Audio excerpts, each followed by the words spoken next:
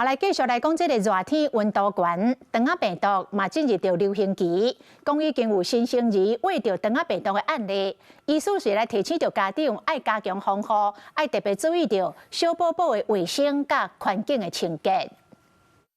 天气是愈来愈热，肠仔毒嘛开始伫咧流行。根据德山社团病院小儿科的观察，最近已经开始有幼囡仔感染到肠仔毒的病例，提醒家长拢爱特别注意。最近都在流行这个新生儿的那个肠病毒啊，其实它每年都有啦，但是开始的症状新生儿的症状大概都是以呼吸急促啦，或者是食欲不好、活动力不好，甚至有点发烧。 医师讲，幼囡仔抵抗力较歹，若是感染，有可能会引起重症，亲像脑炎、心肌炎。卡出讲，幼囡仔有发烧、骹手无力、规身躯软烧烧的症头，都拢爱特别注意，爱紧甲囡仔带去互人看，才能把握黄金治疗时间。